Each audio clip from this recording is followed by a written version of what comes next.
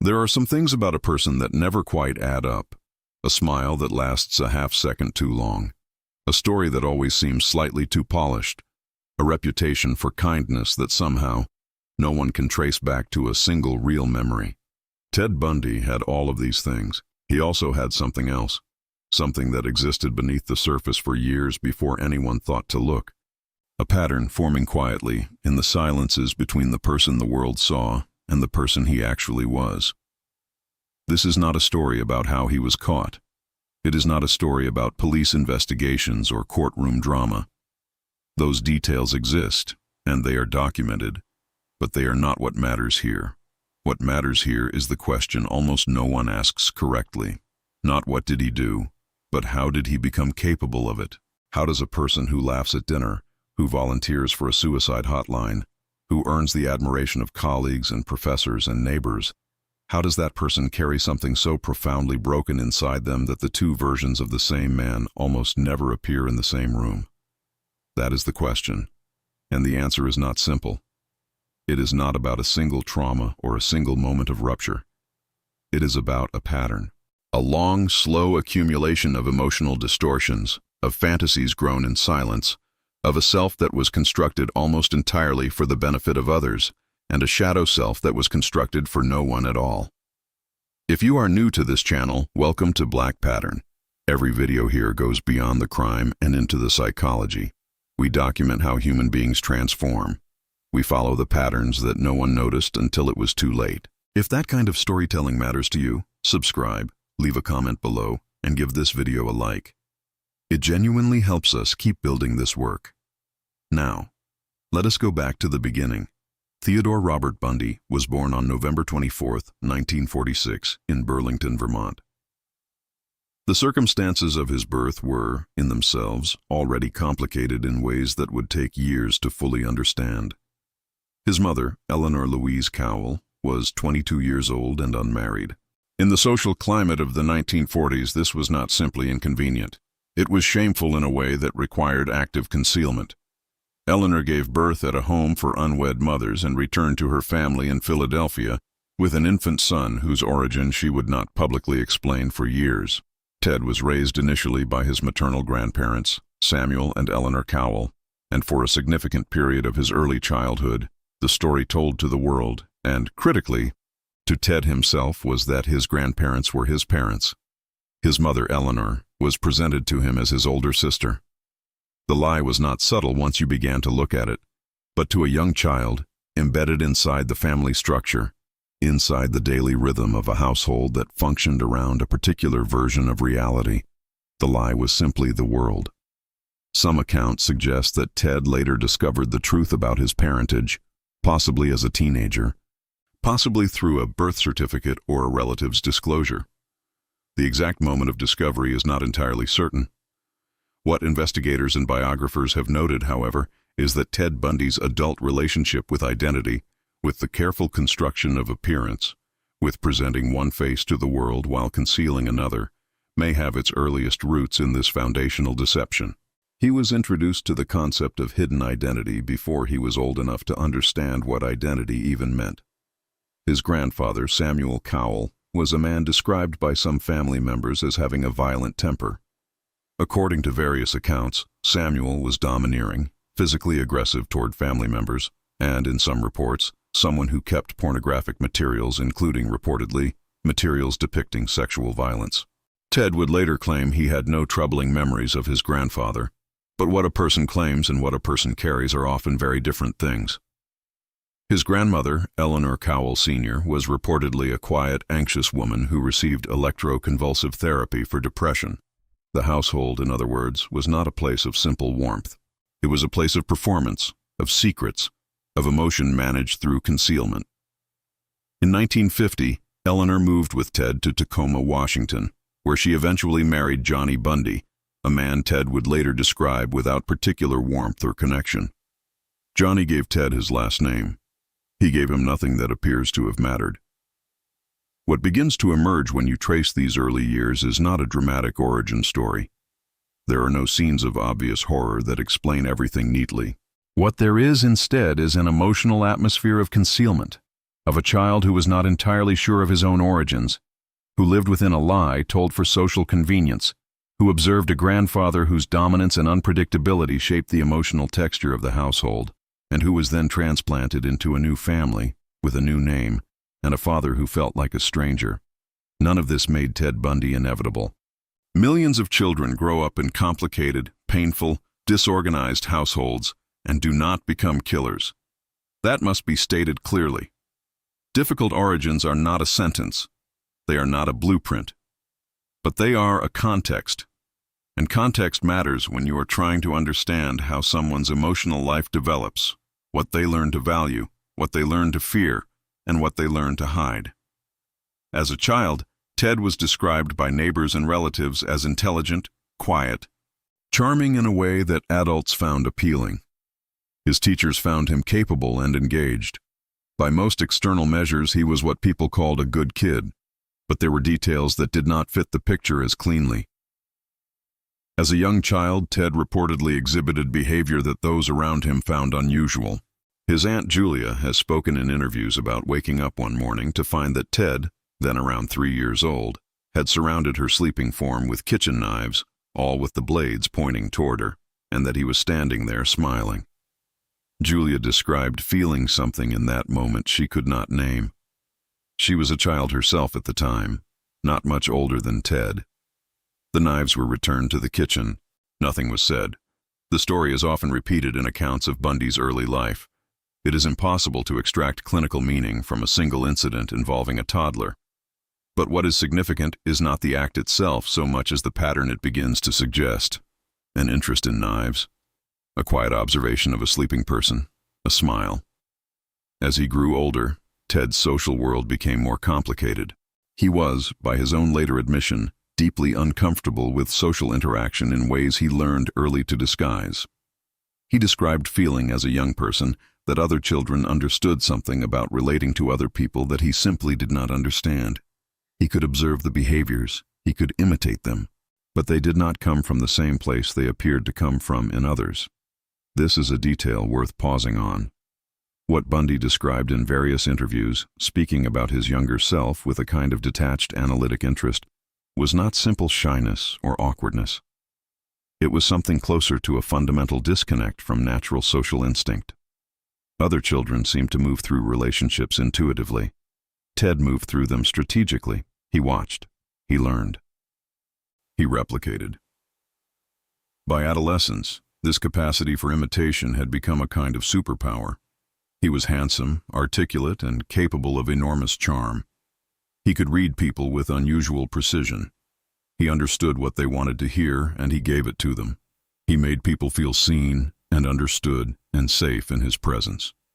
The cruelty of what was forming beneath the surface is that none of those feelings were wrong in the moment they were felt. Ted Bundy could make people feel genuinely comfortable. That was not a performance in the way a clumsy liar performs. It was something more sophisticated and more disturbing than that.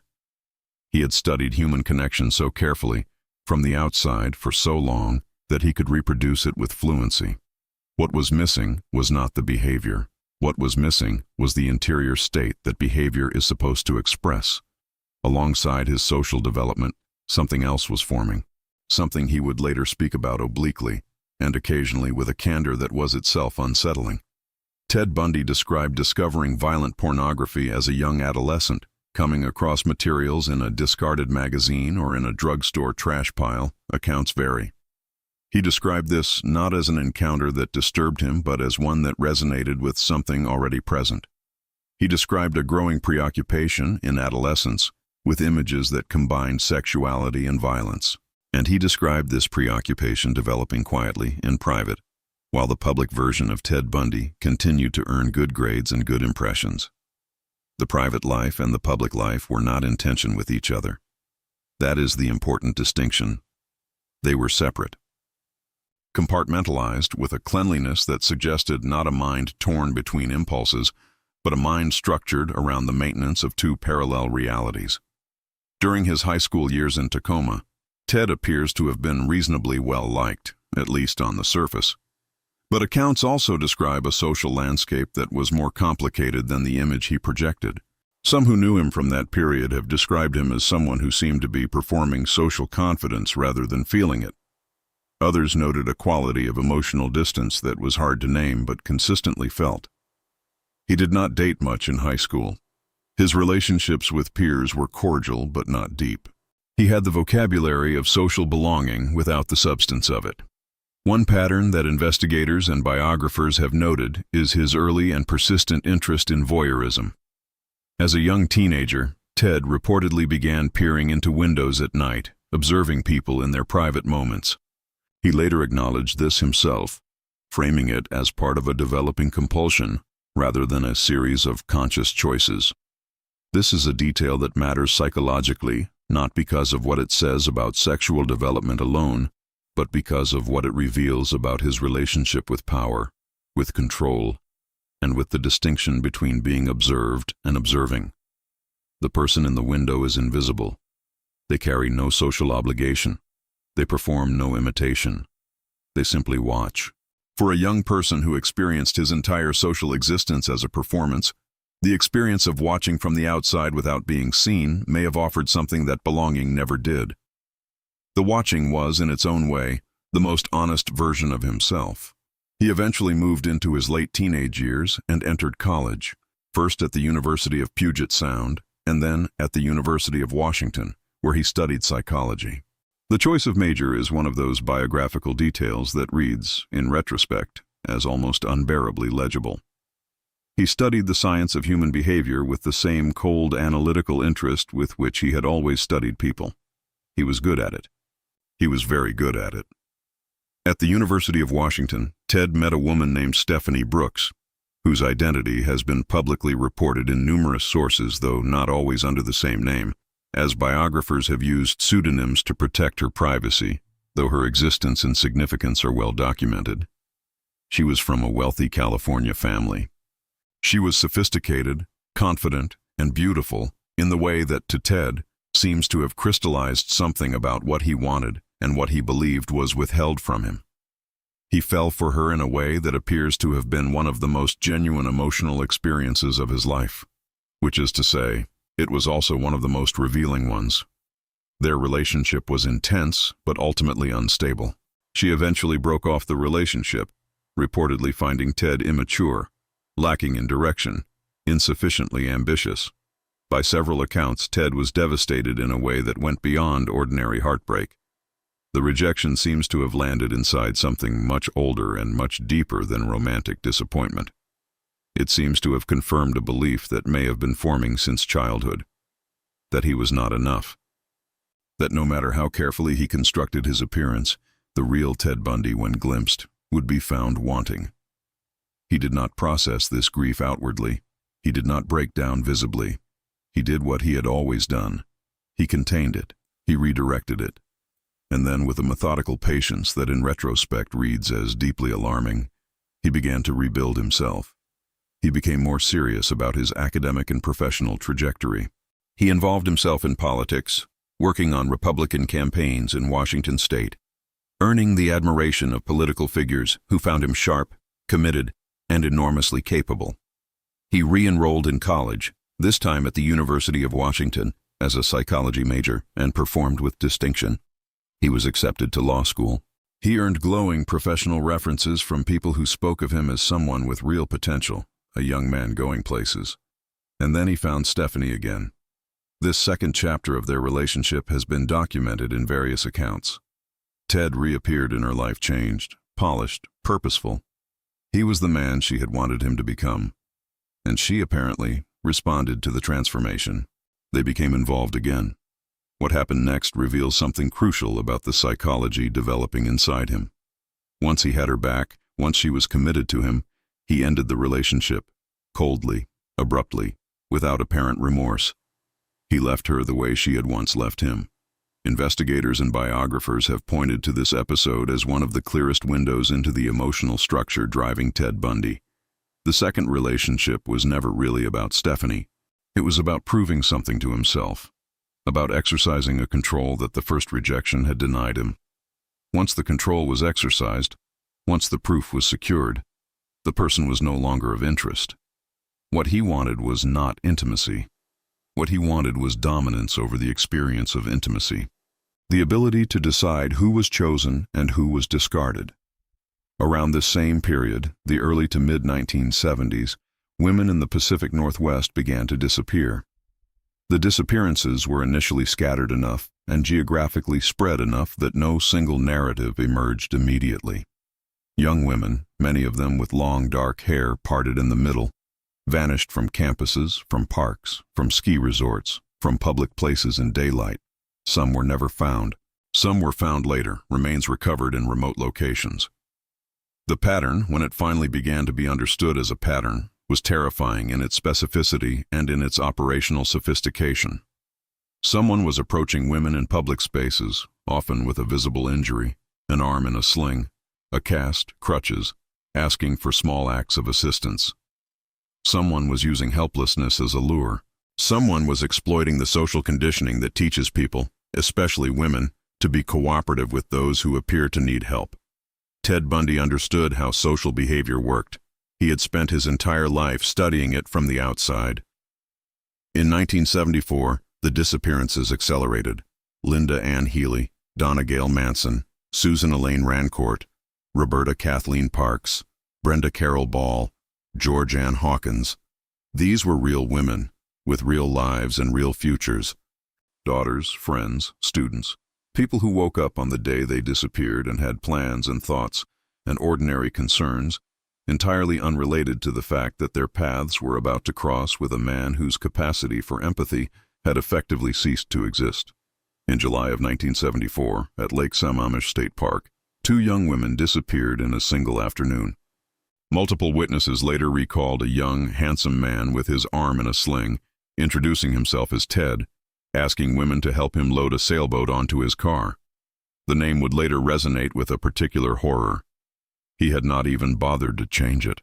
The lack of disguise in that detail has been interpreted by various analysts in different ways. Some have suggested it reflected arrogance. Others have noted that psychologically, the use of his own name may reflect something about the compartmentalized structure of his identity. The Ted who approached women at the lake and the Ted who attended law school and earned professional accolades were not, in his internal architecture, the same person. The name belonged to both. The danger belonged to only one. He moved to Salt Lake City in the fall of 1974, enrolling at the University of Utah College of Law. The disappearances in the Pacific Northwest subsided. Disappearances began in Utah and then in Colorado.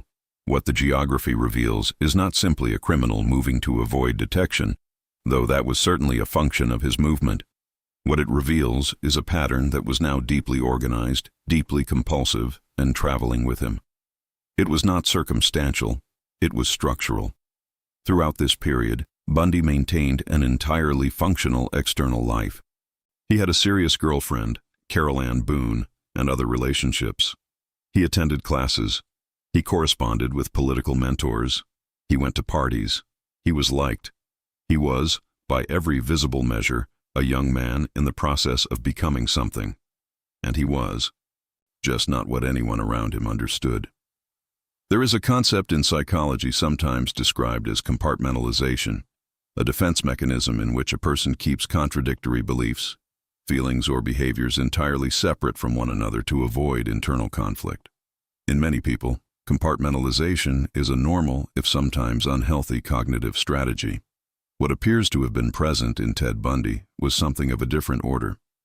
The compartments were not created to manage internal conflict. They appear to have been created because there was very little internal conflict to manage. The 2 lives did not threaten each other. They simply coexisted.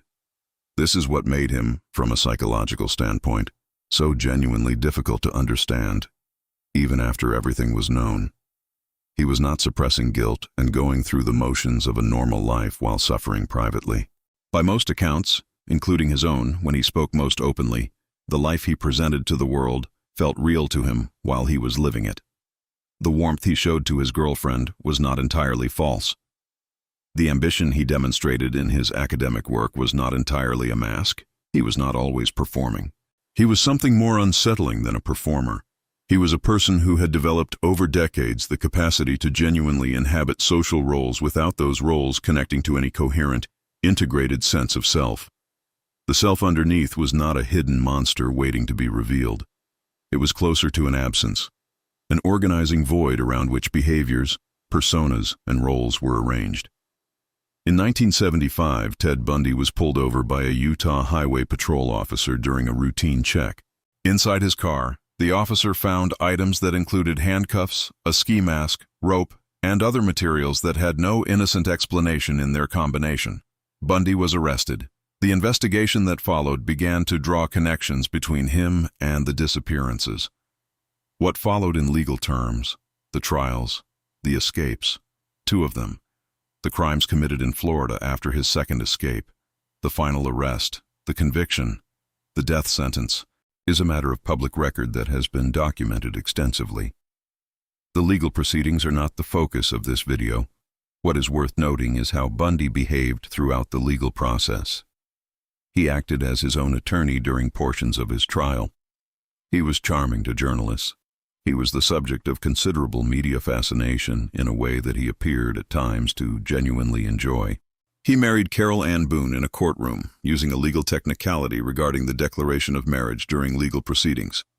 The behavior during this period reveals the same psychological structure in a new environment. The trial was a stage. He studied it with the same analytical detachment with which he had studied everything. He understood what different audiences wanted to see, and he adjusted his performance accordingly. The difference was that the audiences now included jurors, and the stakes had changed. He was convicted. He was sentenced to death. He spent years on death row. In the months before his execution, Bundy gave a series of interviews, some of the most extensively analyzed in criminal psychology literature, not because they revealed the truth of his psychology in any clean or complete way, but because they revealed the machinery of his self-presentation in operation. Even at the end, he spoke carefully. He attributed his crimes in one notably televised interview primarily to the influence of pornography, an explanation that was met with considerable skepticism by psychologists and investigators who felt it was a strategic framing designed to provide a cause that shifted responsibility and resonated with particular audiences. He spoke about himself in the third person at times. He referred to the entity responsible for the crimes as something separate from the person he presented as himself.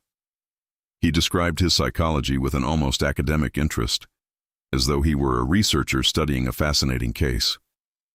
Even at the end, the structure held. There was Ted Bundy, the person speaking to the camera, and there was the account of something else entirely.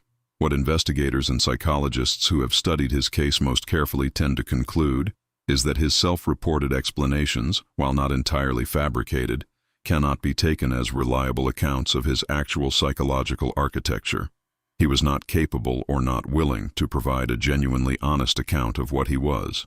The architecture he had built over a lifetime was not going to dissolve simply because the consequences had arrived. He was executed on January 24, 1989, at Florida State Prison. He was 42 years old. The number of people he killed remains, in official terms, uncertain. He confessed to 30 homicides spanning multiple states between 1974 and 1978, though investigators and researchers have long suspected the true number may have been higher. Some victims were never identified. Some cases were never conclusively linked. The true count is likely something that died with him. Each of those 30 confirmed victims was a person. They had names and histories and people who loved them and futures that were ended. That must not be reduced to a statistic or treated as background information in a story about someone else. The crimes were not abstract expressions of a psychological pattern. They were real acts committed against real human beings whose lives ended violently at the hands of someone who was incapable of registering their humanity. What Ted Bundy's case leaves behind is not a satisfying explanation. It does not resolve into a clear equation of cause and effect that, once understood, makes the world feel safer or more legible. What it leaves behind is a series of patterns. The childhood built around concealment and performed identity. The early disconnect between genuine social instinct and imitated social behavior. The voyeuristic compulsion forming in adolescence. The developing fantasy life linked to violence and control. The public self, charming and capable and carefully maintained. The private self, organized around something cold and instrumental and fundamentally indifferent to the existence of other people as full human beings. The pattern did not appear all at once. It formed slowly, in the space between what was visible and what was hidden, over years and decades, while people around him saw someone who seemed, at worst, a little distant, a little hard to fully know. The most disturbing thing about Ted Bundy's story is not any single crime. It is the accumulation of ordinary moments in which nothing happened. The days at the office, the dinners with friends, the classes attended, the papers written, the conversations held about nothing in particular. The years of a life lived in public that gave no reliable signal of what was being constructed in private. We want to believe that people who are capable of profound cruelty announce themselves in some way. That there is a look, a quality, a visible fracture in the performance that tells us what we are dealing with. We want that signal, because without it, we are left with something much harder to hold. The possibility that the person sitting across from you, the one who is warm and interesting and makes you feel comfortable in their presence, may be something your instincts are not equipped to detect. The pattern was always there. In the childhood shaped by secrets, in the adolescence spent watching from outside windows, in the romantic relationships built not on feeling, but on strategy, in the public persona maintained with such fluency that it fooled people who were very smart and very perceptive. The pattern was always there. It just did not look like what we expect danger to look like. It looked like a young man with good manners and a kind smile. It looked like someone who would help you if you needed it. It looked for a very long time entirely ordinary. And that, in the end, is the only conclusion that the evidence truly supports.